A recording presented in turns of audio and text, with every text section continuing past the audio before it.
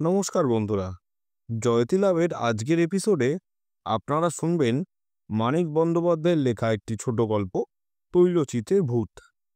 মানিক বন্দ্যোপাধ্যায় জন্মগ্রহণ করেছিলেন 1908 সালের 19শে মে। 30 বছরেরও কম সাহিত্য জীবনে লিখেছেন 34টি উপন্যাস এবং প্রায় 180টি ছোট গল্প।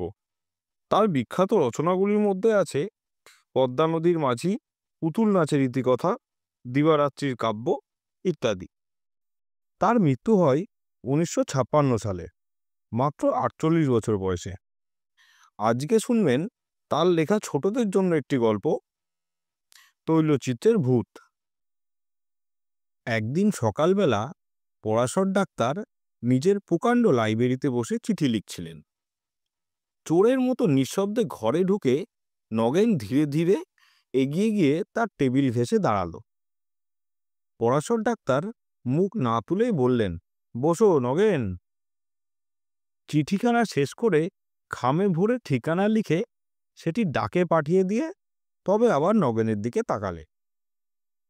বসতে বললাম যে, এইরকম চেহারা হয়েছে কেন? অসুখ নাকি? নগেন ধপ করে একটা চেয়ারে বসে পড়ল। চোরকে যেন জিজ্ঞাসা করা হয়েছে সে চুরি করে কিনা। এই রকম অতিমাত্রায় বিব্রত হয়ে সে বলল, না না, অসুখ নয়। অসুখ আবার কিসের? গুরুতর কিছু একটা যে ঘটেছে সে বিষয়ে নিঃসন্দেহ হয়ে পরাশর ডাক্তার দুহাতের আঙুলের ডগাগুলি একত্র করে নগেনকে দেখতে লাগলেন। মোটাসোটা হাসি খুশি ছেলেটার তেল চকচকে চামড়া পর্যন্ত যেন শুকিয়ে গেছে। মুখে হাসির চিহ্নটুকুও নেই।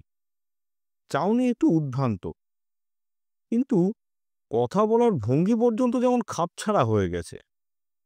নগেন তার মামাবাড়িতে থেকে কলেজে পড়ে।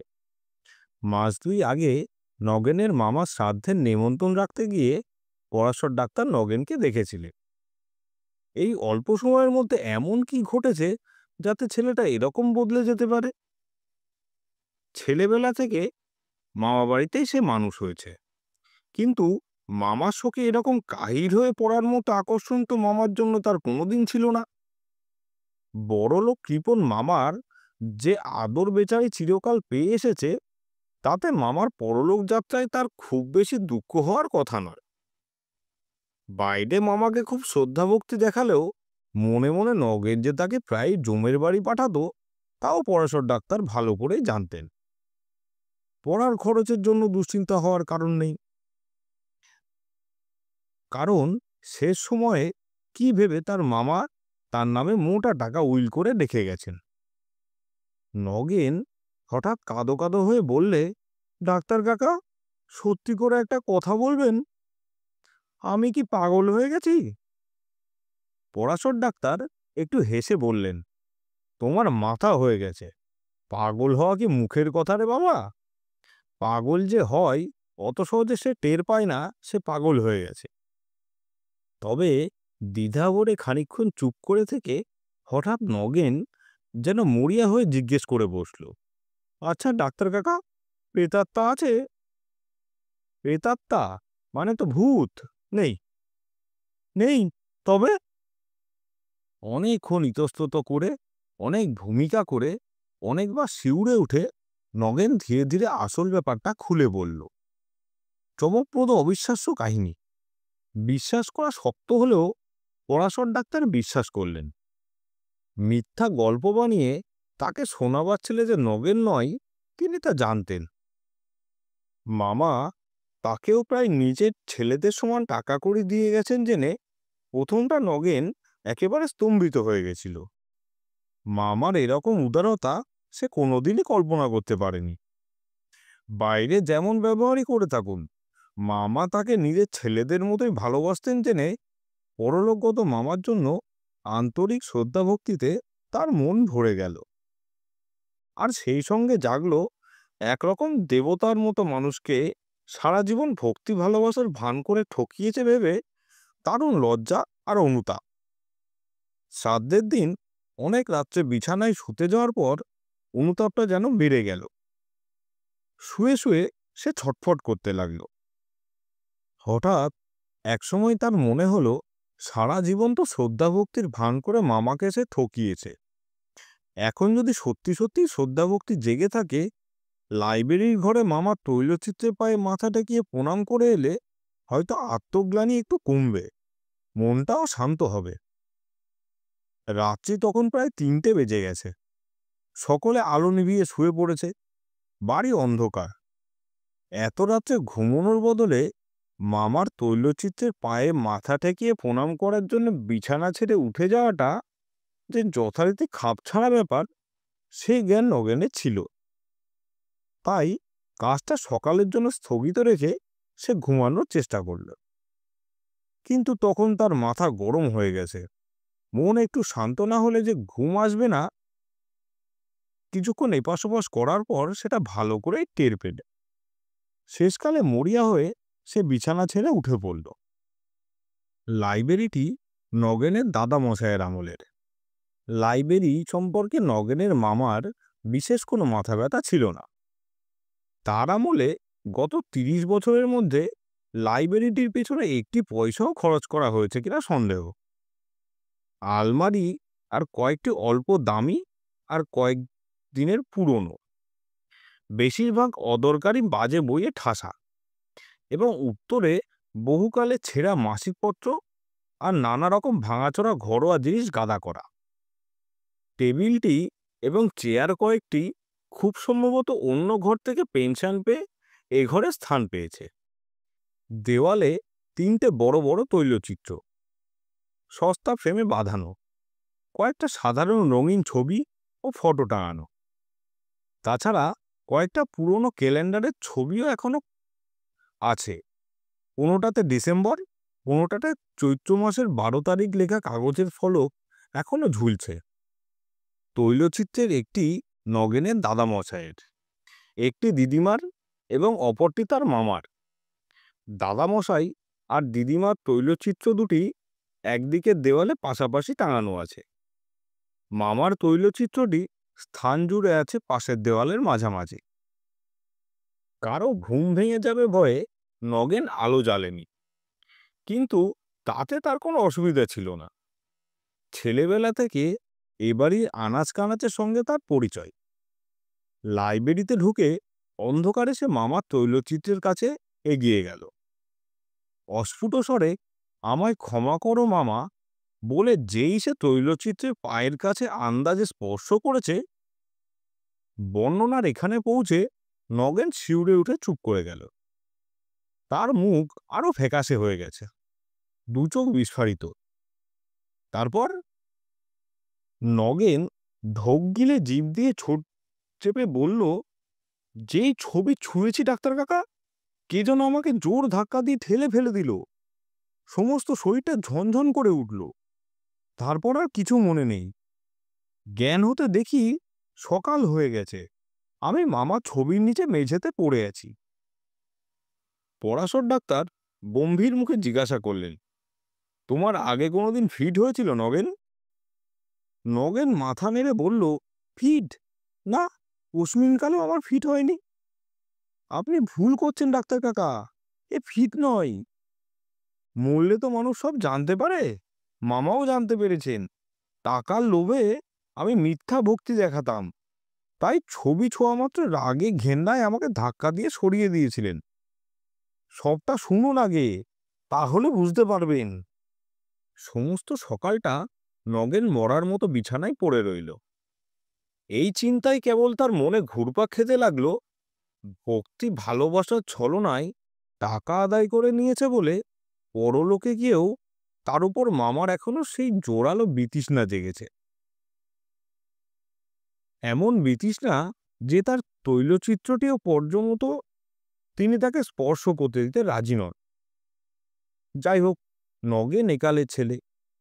প্রথম ধাক্কাটা কেটে যাওয়ার পর তার মনে নানা রকম দ্বিধা সন্দেহ জাগতে লাগলো। কে জানে রাত্রে যা ঘটেছে তা নিছক স্বপ্ন কিনা। ধৈর্য ধরতে না পেরে দুপুরবেলা সে আবার লাইব্রেরিতে গিয়ে মামার তৈলচিত্রটি স্পর্শ করে প্রণাম করল। একবার যদি মামা রাগ দেখিয়ে থাকেন, আবার দেখাবেন না কেন? এবার কিছুই ঘটল না। শরীরটা অবশ্য খুব খারাপ হয়ে আছে।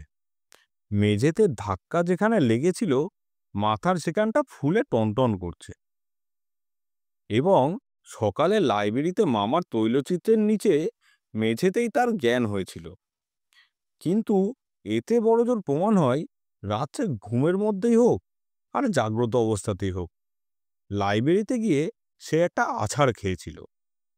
নিজের তৈলচিত্রে ভর করে মামাই যে তাকে ধাক্কা দিয়েছিল, তার কোনো প্রমাণ আছে কি? নগেন যেন স্বস্তির নিঃশ্বাস ফেলে বাঁচল, কিন্তু বেশিক্ষণ তার মনের স্বামী টিকল না। রাত্রে আলো নিভিয়ে বিছানায় শুয়েই হঠাৎ তার মনে পড়ে গেল, তার তো ভুল হয়েছে। দিনের বেলা তাকে ধাক্কা দেওয়ার ক্ষমতা তো তার মামার এখন নেই। রাত্রি ছাড়া তার মামা তো এখন কিছুই করতে পারেন না। কি সর্বনাশ! তবে তো রাত্রে আর একবার মামার তৈলচিত্র না ছুঁয়ে কাল রাতের ব্যাপারটাকে স্বপ্ন বলা যায় না। এত রাত্রে আবার লাইব্রেরিতে যাওয়ার কথা ভেবেই নগেনের হৃদকম্প হতে লাগল। কিন্তু এমন একটা সন্দেহ না মিটিয়েই বা মানুষের চলে কি করে? খানিকটা পরে নগেন আবার লাইব্রেরিতে হাজির। ভয়ে বুক কাঁপছে, ছুটে পালাতে ইচ্ছে হচ্ছে, কিন্তু কি এক অদম্য আকর্ষণ তাকে টেনে নিয়ে চলেছে মামার তৈলচিত্রের দিকে। ঘরে ঢুকেই সে সুইচ টিপে আলো জ্বেলে দিল। মটকার পাঞ্জাবির উপর দামি শাল গায়ে মামা দেওয়ালে দাঁড়িয়ে আছে। মাথায় কাঁচা পাকা চুল, মুখে একজোড়া মোটা গোঁফ, চোখে ভৎসনার দৃষ্টি। নগেন এগিয়ে যায় মামার পায়ের কাছে, ছবি স্পর্শ করল। কেউ তাকে ঠেলে সরিয়ে দিল না, কিন্তু সমস্ত শরীরটা হঠাৎ যেন কেমন অস্থির অস্থির করতে লাগল। তৈলচিত্র থেকে কি যেন তার মধ্যে প্রবেশ করে ভেতর থেকে তাকে কাঁপিয়ে তুলছে। তবু নগেন যেন বাঁচল। ভয়ের জন্য শরীর এরকম অস্থির অস্থির করতে পারে, সেটা সামান্য ব্যাপার। ফিরে যাওয়ার সময় আলোটা নিভিয়েই নগেন আবার থমকে দাঁড়িয়ে পড়ল। তার আর একটা কথা মনে এসেছে, কাল ঘর অন্ধকার ছিল, আজ আলোটা থাকার জন্য যদি মামা কিছু না করে থাকেন। নগেনের ভয় অনেকটা কমে গিয়েছিল। অনেকটা নিশ্চিত মতো সে অন্ধকার তৈলচিত্রের কাছে ফিরে গেল। সে জানে অন্ধকারে তৈলচিত্র স্পর্শ করলেও কিছু হবে না। ঘরে একটা আলো জ্বলছে কি জ্বলছে না, তাতে বিশেষ কি যায় আসে। ইতস্তত না করেই সে সোজা তৈলচিত্রের দিকে হাত বাড়িয়ে দিল। পরক্ষণে ঠিক আগের রাতের মধ্যে জোরে ধাক্কা দিয়ে মামা আমাকে ফেলে দিলেন। ডাক্তার কাকা, অজ্ঞান হয়ে গেলে? না, একেবারে অজ্ঞান হয়ে যায়নি। অবশ্য আচ্ছন্নের মতো অনেকক্ষণ মেঝেতে পড়েছিলাম, কিন্তু জ্ঞান ছিল। তারপর থেকে আমি ঠিক পাগলের মতো হয়ে গেছি ডাক্তার কাকা। দিনরাত কেবল এই কথাই ভাবি। রোজ কতবার ঠিক করি বাড়ি ছেড়ে কোথাও পালিয়ে যাব, কিন্তু যেতে পারি না। কিসে যেন আমায় জোর করে আটকে রেখেছে। পরাশর ডাক্তার খানিকক্ষণ ভেবে জিজ্ঞাসা করলেন, তারপর আর কোনোদিন ছুঁয়েছ ছবিটা? কতবার! দিনে ছুঁয়েছি, রাতে ছুঁয়েছি, আলো জেলে ছুঁয়েছি, অন্ধকারে ছুঁয়েছি। ঠিক ওই রকম ব্যাপার ঘটে। দিনে বা রাতে আলো জেলে ছুলে কিছু হয় না, অন্ধকারে ছোঁয়া মাত্র মামা আমাকে ঠেলে দেন। সমস্ত শরীর যেন ঝনঝনিয়ে ঝাঁকুনি দিয়ে ওঠে। কোনোদিন অজ্ঞান হয়ে যায়, কোনো দিন জ্ঞান থাকে। বলতে বলতে নগেন যেন একেবারে ভেঙে পড়ল। আমি কি করব ডাক্তার কাকা? এমন করে কদিন চলবে? পরাশর ডাক্তার বললেন, তার দরকার হবে না, আমি সব ঠিক করে দেব। আজ তুমি সকাল সকাল ঘুমিয়ে পড়বে। রাত্রি ঠিক 12টার সময় তুমি বাইরের ঘরে আমার জন্য অপেক্ষা করো, আমি যাব। একটু থেমে আবার বললে, ভূত বলে কিছু নেই নগেন। তবু মাঝরাতে অন্ধকার লাইব্রেরিতে পরাশর ডাক্তার মৃদু একটু অস্বস্তি বোধ করতে লাগলেন। এ ঘরে বাড়ির লোক খুব কম আসে। ঘরের বাতাসে পুরনো কাগজের একটা ভ্যাপসা গন্ধ পাওয়া যায়। নগেন শক্ত করে তার একটা হাত চেপে ধরে কাঁপছে। কিসের ভয়? ভূতের? তৈলচিত্রের ভূতের? ভূতে যে একেবারে বিশ্বাস করে না, যার বদ্ধমূল ধারণা এই যে যত সব অদ্ভুত অথচ সত্য ভূতের গল্প শোনা যায়, তার প্রত্যেকটিরই সাধারণ ও স্বাভাবিক কোনো ব্যাখ্যা আছেই আছে। ছবির ভূতেরও। অসম্ভব আর অবিশ্বাস্য ভূতের ঘরে পা দিয়ে তার কখনো কি ভয় করতে পারে না? তবু অস্বস্তি যে বোধ হচ্ছে, সেটা স্বীকার করার উপায় নেই। নগেন যে কাহিনী শুনিয়েছে, সারাদিন ভেবেও পরাশর ডাক্তার তার কোনো সঙ্গত ব্যাখ্যা কল্পনা করতে পারেন। একদিন নয়, একবার নয়, ব্যাপারটা ঘটছে অনেকবার। দিনে তৈলচিত্র নিস্তেজ হয়ে থাকে, রাত্রে তার তেজ বাড়ে। কেবল তাই নয়, অন্ধকার না হলে সে তেজ সম্পূর্ণ করা যায় না। আরও একটা কথা, রাত্রি বাড়ার সঙ্গে সঙ্গে তৈলচিত্রে যেন বেশি সজীব হয়ে উঠতে থাকে। প্রথম রাত্রে নগেন অন্ধকারে স্পর্শ করলে ছবি নগেনের হাতটা শুধু ছিটকিয়ে সরিয়ে দিয়েছে। মাঝরাতে স্পর্শ করলে এত জোরে তাকে ধাক্কা দিয়েছে যে মেঝেতে আছড়ে পড়ে নগেনের জ্ঞান লোপ পেয়েছে। অশরীরী শক্তি কল্পনা করা ছাড়া এ সমস্তের আর কি পরিচয় হতে পারে? হয়, নিশ্চয়ই হয়। মনে মনে নিজেকে ধমক দিয়ে পরাশর ডাক্তার নিজেকেই এই কথা শুনিয়ে দিলে। তারপর চোখ তুলে তাকালেন দেওয়ালের যেখানে নগেনের মামার তৈলচিত্রটি ছিল। এই ঘরে তিনি আগেও কয়েকবার এসেছেন। তৈলচিত্রগুলির অবস্থান তার অজানা ছিল না। যা চোখে পড়ল, পরাশর ডাক্তারের বুকটা ধড়াস করে উঠল। তৈলচিত্রগুলির দিকে দুটি উজ্জ্বল চোখ তার দিকে জল করে তাকিয়ে আছে। চোখ দুটির মধ্যে ফাঁক প্রায় 1.5 হাত। ঠিক এই সময় নগেন ফিসফিস করে বললে, আলোটা জ্বালবো ডাক্তার কাকা? পরাশর ডাক্তার তার গলার আওয়াজ শুনে চমকে উঠলেন। না। রাস্তা অথবা পাশের বাড়ি থেকে কোনো সরু একটা আলোর রেখা ঘরের দেওয়ালে এসে পড়েছে। তাতে অন্ধকার কমেনি। মনে হচ্ছে যেন সেই আলোটুকুতে ঘরের অন্ধকারটা স্পষ্ট দেখতে পাওয়া যাচ্ছে মাত্র। নগেন আবার ফিসফিস করে বলল, একটা কথা আপনাকে বলতে ভুলে গেছি ডাক্তার কাকা।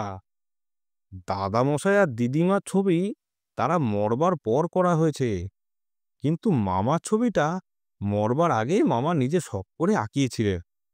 হয়তো সেই জন্যই। নগেনের শিহরণ স্পষ্ট টের পাওয়া যায়। সে ভয় পেয়েছে। দাঁতে দাঁত লাগিয়ে পরাশর ডাক্তার তৈলচিত্রের দিকে এগিয়ে গেলেন। কাছাকাছি যেতে জলজলে চোখ দুটির দ্যুতি যেন অনেক কমে গেল। হাত বাড়িয়ে দিতে প্রথমে তার হাত পড়ল দেওয়ালে। যত সাহস করে এগিয়ে এসে থাকুক, প্রথমে একেবারে নগেনের মামার গায়ে হাত দিতে তার কেমন দ্বিধা বোধ হচ্ছিল। পাশের দিকে হাত সরিয়ে তৈলচিত্রের ফ্রেম স্পর্শ করা মাত্র বৈদ্যুতিক আঘাতে যেন তার শরীরটা ঝনঝন করে উঠল। অস্ফুষ্ট গোঙানির মতো আওয়াজ করে পেছন দিকে দুপা ছিটকে গিয়ে তিনি মেঝেতে বসে পড়লেন। পরক্ষণে ভয়ে অর্ধমিত নগেন আলোর সুইচ টিপে দিল। মিনিট 5 পরাশর ডাক্তার চোখ বুজে বসে রইলেন। তারপর চোখ মেলে মিনিট 5 এক দৃষ্টিতে তাকিয়ে নগেনের মামার রূপোর ফ্রেম বাঁধানো তৈলচিত্রটি দেখতে লাগলেন। তারপর তীব্র চাপা গলায় তিনি বললেন, তুমি একটি আস্ত গর্ধব নগেন। রাগ একটু কমলে পরাশর ডাক্তার বলতে লাগলে, গাধাও তোমার চেয়ে বুদ্ধিমান।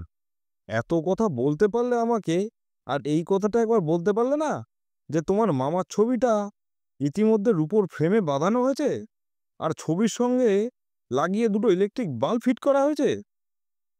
আমি কি জানি? 6 মাস আগে যেমন দেখে গিয়েছিলাম, আমি ভেবেছিলাম ছবিটা এখনো তেমন অবস্থাতেই আছে।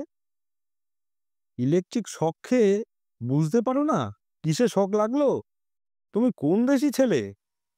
আমি তো শক খাওয়া মাত্রই টের পেয়ে গেছিলাম তোমার মামার ছবিতে কোনো প্রেতাত্মা ভর ভর করেছেন। নগেন উদ্ভ্রান্তের মতো বলল, রূপার ফ্রেমটা দাদামশাইয়ের ছবিতে ছিল। চুরি যাওয়ার ভয়ে মামা অনেকদিন আগে সিন্ধুকে তুলে রেখেছিলেন। মামার শ্রাদ্ধের দিন মামিমা ফ্রেমটা বার করে মামার ছবিটা বাঁধিয়েছিলেন। আলো দুটো লাগিয়েছে আমার মামাতো ভাই পরেশ। হ্যাঁ, সে এবছর ইঞ্জিনিয়ারিং কলেজে ভর্তি হয়েছে।